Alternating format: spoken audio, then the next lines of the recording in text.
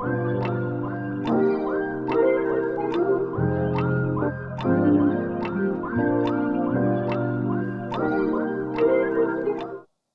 back to another episode of the South by East podcast, where we discuss everything from the scriptures, culture, and in between. Braille, today, man, we are in this discussion. Instantly, when I saw this article, I thought of you. Yeah. I actually part ways thought of myself too, but I'm gonna get to that. But I thought about you in this because the article was sharing. We knew that the person who led the Library of Congress was released from her duties. Yes. And so I had heard about that, but then I got this article that talked about also the top copyright official was released from their duties also. Mm-hmm. And that's what made me think of you. And so I want to discuss kind of both of those positions. And so let's start. I'm not going to throw the softball at you first, okay. right? Okay. See, the copyright person, because we know what you do, that wouldn't be the softball. Yeah. So I'm going to hold that one. Okay. And I want to start with the head of the Library of Congress. The quote that came out, I believe it was from the press secretary for this administration, said that she was released because they felt like she had a wokeist agenda based on some of the books that were going into the Library of Congress. But a part of her role is actually, I believe, is to, not her role, the role of the Library of Congress is to collect, I think, 2 copies of every book. It's the what we believe about Noah's Ark, but it's not really biblical about Noah's Ark, because if you go check the amount of animals that were supposed to go on, it's not 2 by 2. It makes for a good cartoon, but it's not really biblical. And so she was fired for doing the job. What do you think about that, bro? What do I think? Why are you gonna ask me a question like that? What do I think about that? Listen, I love people, and you've heard me say this before. I trust people to be who they are. I trust people to be who they are. Trust is not something that it's for me. It's not an on or off. It's not a pass fail. There's a scale. Mm-hmm. And I trust people to look out for their own interests. And so when we have systems that have checks and balances, I believe that it is in everyone's interest to keep those checks and balances afloat and there so that I'm not trying to get over on you. We can build trust, and I know you're not trying to get over on me because we have checks and balances in place to stop that from happening. I cannot see any reason of any good report for firing the head of the Library of Congress for doing their job. I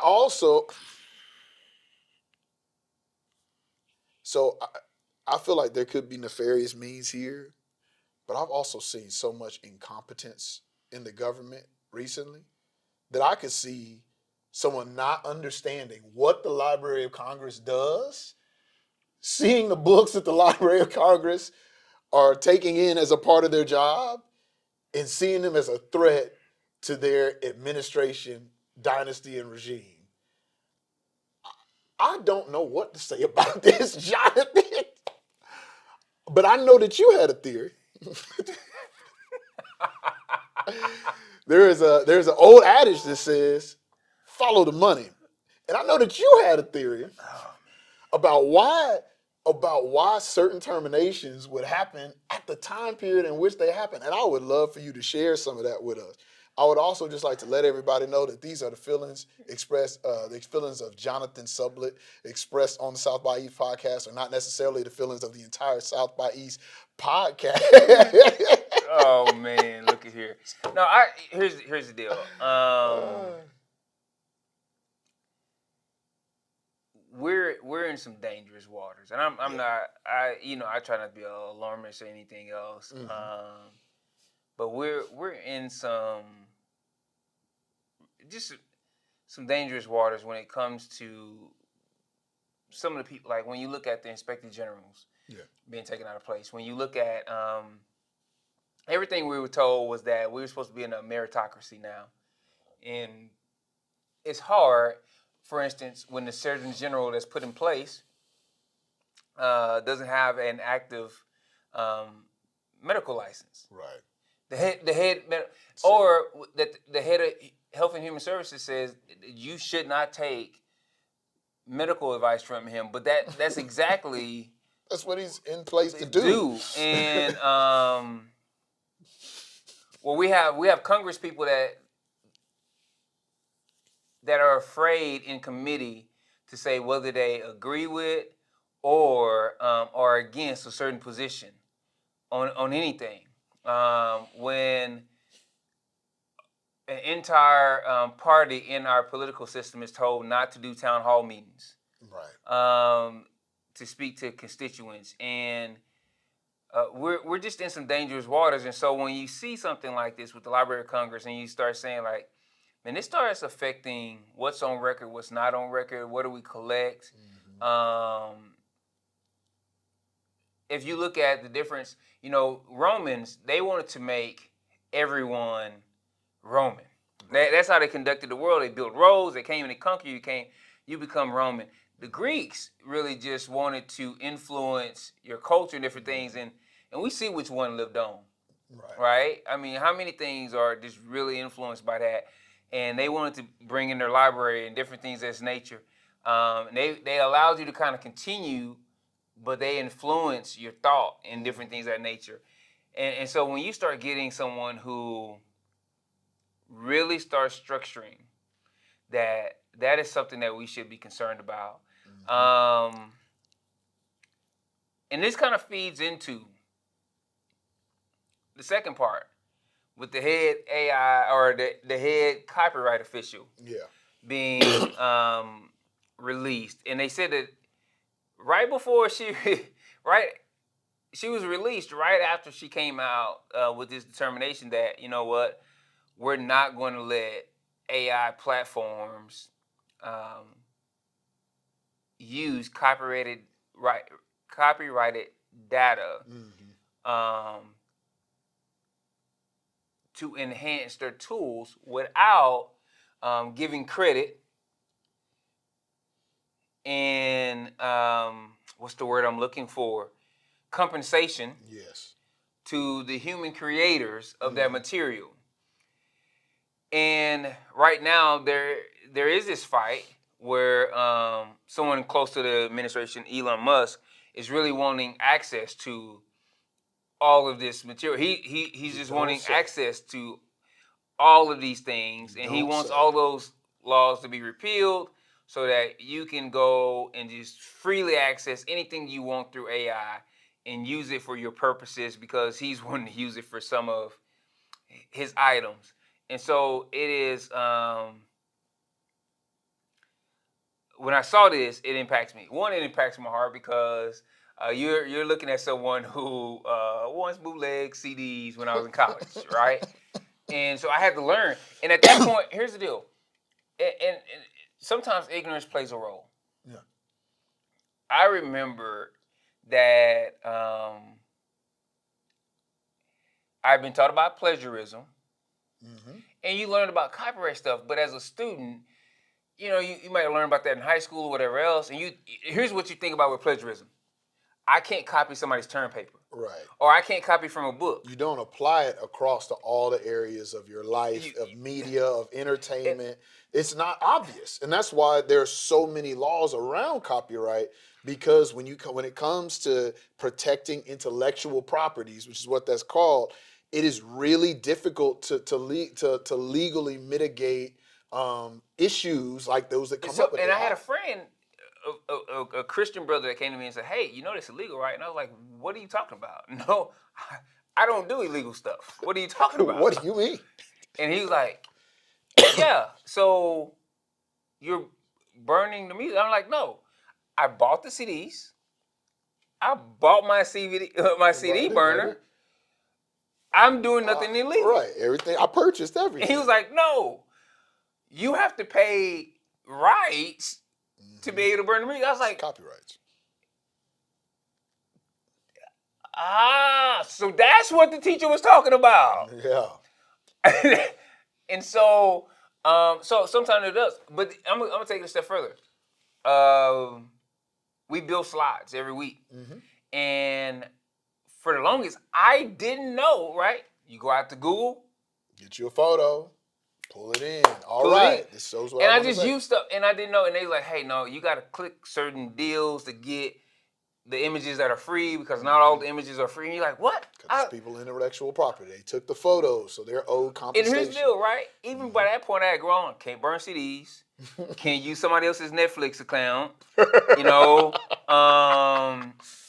But I didn't know about the photo. So I like sometimes I know, but then when you know and you say, okay, so we're just gonna do away with the law to make it easier for me to steal from people.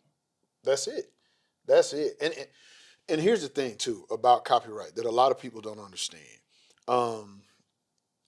There was a group that was formed shortly after 2020. I think it was 2019 actually. There was a new copyright act that was written to allow artists to be able to gain their rights back because the original copyright for music was actually put in place because when someone would create the music, they would create it on behalf of another commissioner, and that person would commission it, and then that person would use that forever, and then the original creator of that art would then be going destitute. And so what they did with the copyright was they created it to where people would gain royalties off of their intellectual property that was created so that they can make a living wage off of that. As technology has advanced, it has become increasingly more difficult through radio, through then series, and all sorts of XM stations. Then you have streaming and the birth of Napster, which kills the CD, right? You have all of these other things that happen to where it's like, well, it's almost impossible to gauge who is using my intellectual property if I create a song or something that is giving value to people. Yeah. How do I get compensated for it? So they formed this thing called the Music Licensing Corporation or the MLC, right? And the MLC would go in and do these deep dive reports, and there's this thing called the black box. Right now, did you know there are artists that are owed royalties, and if they can't figure out where to pay those royalties to from any of these various services, they go into what's called the black box. Right now, the black box has reportedly over $5 billion in unpaid royalties. So here's why what you just said is significant. I know a lot of times I follow the news more closely than you because now if it comes to music, right, I know you're gonna tell me. Right. So recently there was a court case before the Supreme Court where this administration was like, hey, we have to stop these lower level judges from giving nationwide injunctions. A nationwide injunction is where a lower court would, or a judge would say, hey, you know what? I know the administration or some legal authority said do X, Y, Z, but we need to examine this some more. So while we examine this some more and this goes through the legal system, we're going to pause that until we can determine what to do. The administration said, we don't want that. We want where every person who has a grievance against a law or an executive order has to come represent themselves. A Supreme Court justice said, does that apply to guns? So if an executive order was issued that said, we're going to take away all guns now, does everyone who wants to keep their gun have to now get a lawyer and come and get their own representation? Or do you want a nationwide injunction to apply? And they're like, whoa, not on everything. and then they said, man, this would be a mess. Right. And it would cut out a lot of people from having their rights defended because every person would have to have the resources to get their own legal counsel and take to do it that. To court. And so even with things like that black box and things like where this is going with AI, it makes it so dangerous for what you just said, where every artist doesn't have the resources to even go fight for their royalties. Or I know what you've been through, bro, to try to sign up for these websites and the hours and the extra fees you pay just to receive your. And that's why you always hear me harping on, like, from the stage of, like, stop stealing people's Netflix accounts and Hulu's accounts, because people are impacted by those. One, not only do I know you, and I know you have music placements and different things of that nature, commercials and stuff like that, but I have former students of mine that actually design artwork that's in Netflix shows. And we want them to be compensated. And we want everybody to be compensated. Some people might, oh, well, this is hypothetical. It's not really that big of a deal. I'm gonna tell you right now, just today, I saw an article about there's a band called Hiatus Coyote. They're more of a niche group, but they're really big. I'm talking about millions of followers, right? Hiatus Coyote. They just recently raised a big issue with Spotify because someone created AI generative music. They signed up through a distributor like DistroKid, and they put it on Hiatus Coyote's account. So on their Spotify account, if you went to their Spotify account, you would hear this AI-generated music that they had nothing to do with on their Spotify, collecting checks. And it took them 6 weeks to get this AI-generated song off of their account. And you know what they did? Spotify said, hey, man, maybe they just had the wrong name. So they put it on another account with the same name as the band and kept the song up. This is already happening. Already happening. Follow me for California Love Part 2. Man, like, this stuff is already happening. And so we don't have enough laws yet around AI generated content because we need a whole new wave of copyright laws to handle this. Bro. And right now we have fired the people who are in charge of thinking about and being careful about how we handle these types of legal issues. Let me tell you something. If it's hard to visually spot an AI deepfake, how much harder is it going to be to spot a audio deepfake, man? Because you can then really sound like that artist, and you're going to have everybody walking around here saying, baby, baby. You know what I mean? Like, I mean. And it's getting better. Like, the stuff is getting better. Right now, I got an app on my phone right now where I can AI generate songs within minutes, off of prompts. I saw an advertisement for an app that lets you take a song and change the whole genre that is in, and which I think is pretty cool. I think it's pretty cool. It's a cool tool, and that's why we have to have the right boundaries. Yes. We got to be bowling with bumpers, man, like, or else a lot of people going to be stuck in the gutter. So that is where we're at on this.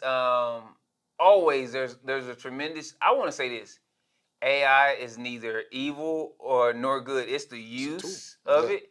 I think it's a neutral tool. I think it has many great uses. I just think, like you said, everything needs healthy boundaries. Yes. Yeah. Tell us what you think in the comments. Like, share, comment, and we'll see you next time in the intersection.